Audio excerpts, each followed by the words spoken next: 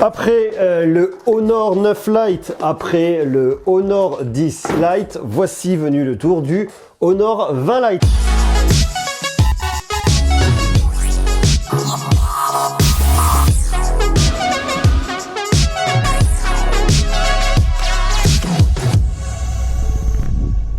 Honor va nous présenter d'ici quelques jours sa nouvelle série Honor 20. En attendant, on a déjà le Honor 20 Lite qui est là. Je vous ai déjà parlé des modèles d'avant il y a longtemps. Je présente aujourd'hui ce Honor 20 Lite, vous dire s'il est intéressant, oui, non, quoi, comment. Alors, bon, je vais vous le présenter, vous allez voir, c'est un smartphone qui est intéressant. C'est un smartphone d'entrée milieu de gamme, on va dire, ouais, l'entrée du milieu de gamme. Smartphone qui dépend, qui sont quand même plutôt pas mal, à commencer par l'écran. Mais avant toute chose, je vais essayer de le replacer dans son contexte. Le Honor 20 Lite va se positionner en face du Samsung Galaxy A40. À savoir que notre 20 Lite coûte 299 €, le A40 259 €. On retrouve en face le Huawei P30 Lite et on retrouve également en face le Huawei P Smart. Ça fait beaucoup de smartphones de Huawei, en sachant que Huawei et Honor, c'est la même maison.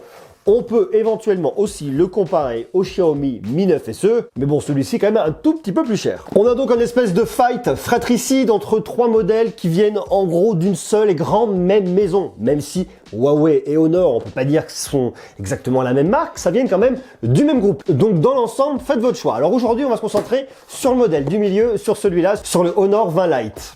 C'est un produit que j'aime bien, je trouve élégant, je trouve qu'il y a un beau design qui est fait avec un dos en verre comme ça qui est très sympa. Bon, ça c'est un peu classique, le lecteur d'empreinte digitale. Néanmoins, il marche très bien, il déverrouille extrêmement rapidement. Donc ça c'est un point qui est plutôt bien.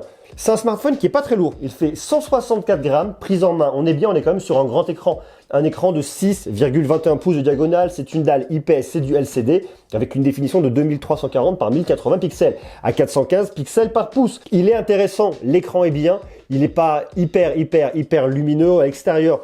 Il va être bien, mais si vous avez beaucoup de soleil, vous risquez au bout d'un moment de galérer. De l'autre côté, on est sur un smartphone qui coûte moins de 300 €, 299 €, donc on peut pas trop lui en demander de ce côté-là. Je dirais que c'est aussi un smartphone qu'on va utiliser à deux mains. Si vous l'utilisez à une main, il y a un doigt qui va galérer un petit peu. Ça, c'est un petit peu compliqué. Vous l'utilisez à deux mains, vous le tenez, là, vous êtes relativement bien. De toute façon, dans tous ces écrans de 6,2 pouces, il y a un moment, on peut pas forcément l'utiliser à une main, sinon il faut passer dans les smartphones de moins de 6 pouces. Chose très importante sur ce smartphone lorsque vous le prenez, je trouve qu'il est un petit peu trop bleu. Je vous conseille tout de suite d'aller dans vos paramètres d'affichage, d'aller dans affichage.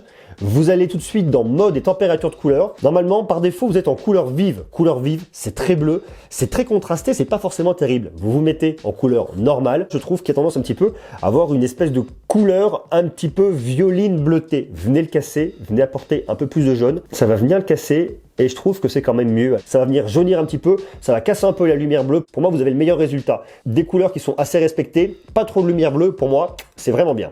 Par contre, il y a un truc qui est pas forcément terrible, c'est le confort des yeux. Je cherche toujours à l'activer, moi. Donc vous l'activez, mais même si vous mettez sur la température la moins chaude, vous avez un espèce de truc jaune, vert, pas terrible. Vous pouvez strictement rien faire. Si vous le mettez plus chaude, c'est pas beau. Pour moi, le confort des yeux, là-dessus, c'est assez raté. Puisqu'on est dans l'OS, restons-y, vous tournez sur EMUI 9.0.1 sur un Android 9 Pie. Ça marche, c'est bien. Vous avez toutes les questions de sécurité pour le déverrouiller avec votre capteur d'empreinte digitale. Vous avez aussi Face Unlock si vous le souhaitez. Vous avez de la navigation par geste si vous le souhaitez. Allez, on va se mettre la navigation par geste. Vous pouvez venir swiper. Enfin, quelque chose qui est vraiment bien, qui marche bien, qui est pratique. Vous avez aussi toutes les questions d'équilibre digital sur votre utilisation.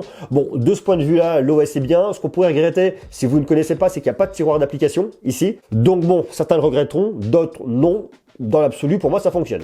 Côté performance, on n'est pas sur le dernier SoC de HiSilicon, on est sur un Kirin 710. C'est un SoC milieu de gamme qui fonctionnera, je dirais, pour faire tourner 90% du Play Store. Tout ce qui va être un peu gourmand, vous allez être limité. Si vous installez par exemple un PUBG là-dessus, vous allez mettre en qualité graphique, résolution basse, ça marchera. Ce sera pas un truc de fou. Néanmoins, vous pouvez faire tourner des jeux sans problème, des applications, votre Instagram, vos emails, vous pouvez regarder des vidéos, ça fonctionnera. Il est épaulé avec 4 Go de RAM qui lui confère suffisamment de fluidité et 128 Go de stockage que vous pouvez monter grâce à une carte micro SD. Alors à savoir que vous avez ici, juste en haut, soit la possibilité d'avoir une double carte SIM, double nano SIM, soit une carte nano SIM et une carte micro SD.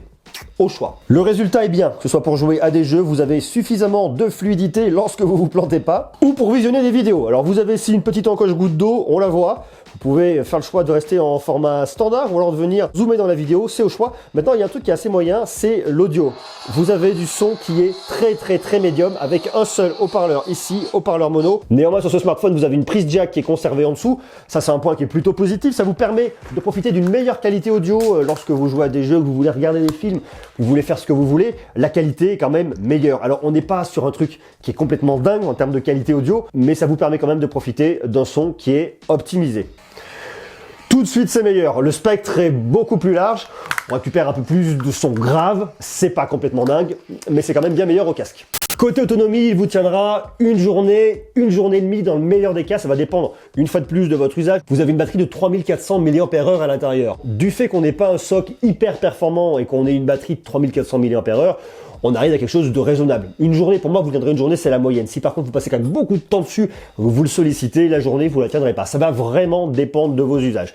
Comptez qu'avec ce smartphone, vous allez avoir une autonomie d'une journée. Normalement, ça fonctionnera sans aucun problème. Maintenant, ce qui peut être aussi un peu embêtant avec ce smartphone, c'est que vous avez uniquement de la recharge en micro USB. Pas de recharge rapide là-dessus. Donc, vous prévoyez le soir de le recharger pour l'avoir le lendemain matin.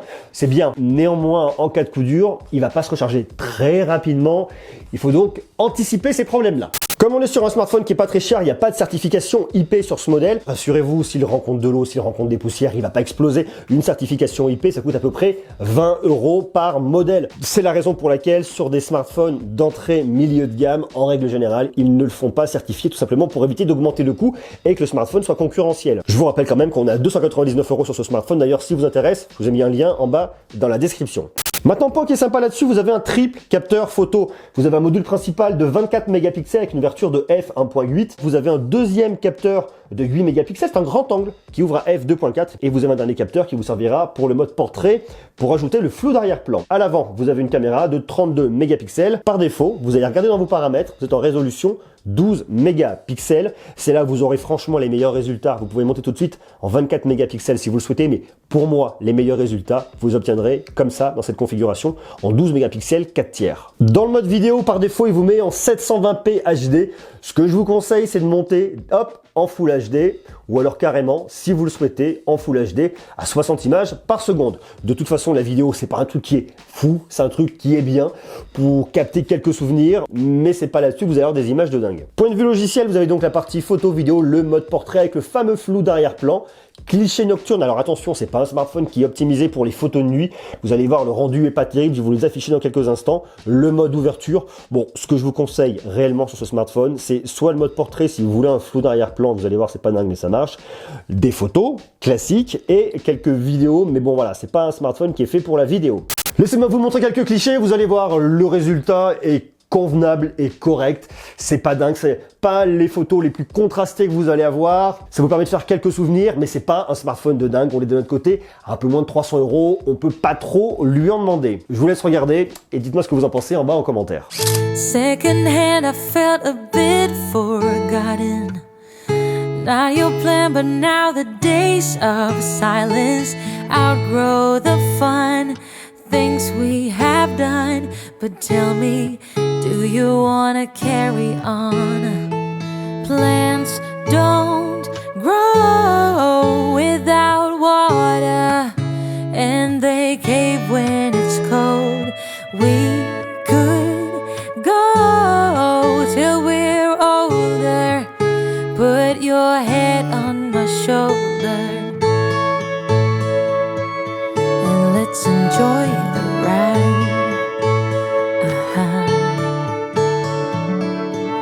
When we started, our wishes aligned. We were like yin and yang combined. Now the tables have turned. Can we live and unlearn? You tell me. Plants don't grow without water, and they cave when it's cold. We could go.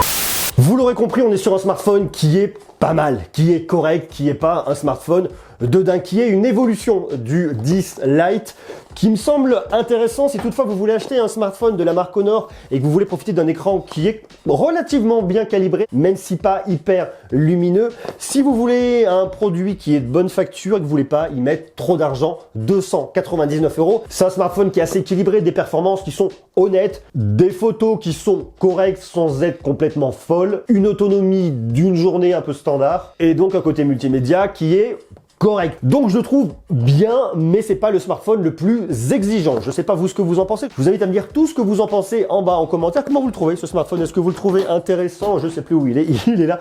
Est-ce que vous le trouvez intéressant? Moi je trouve que le design est bien. Il y a rien de bien dingue. Hein. Vous avez les boutons de volume pour l'allumer, pour l'éteindre, haut-parleur mono, la prise jack, micro USB. Ici de ce côté absolument rien. Sur le dessus, votre tiroir de carte SIM, la petite encoche qui reste quand même dans les tendances actuelles, le capteur d'empreinte digitale au dos qui est assez efficace. C'est un smartphone qui est efficace sans en faire trop. Dites-moi ce que vous en pensez en bas et puis est-ce que vous pourriez vous laisser tenter? Comment vous le trouvez ce Honor 20 Lite? Il vous botte pas? Est-ce que vous attendez le Honor 20 qui sortira d'ici quelques jours? D'ailleurs, je vous invite dès maintenant à vous abonner parce que je vais vous emmener à Londres avec moi pour aller le découvrir et puis on le testera un peu plus tard. Je vous donne rendez-vous dès demain. Je vous embrasse. Ciao.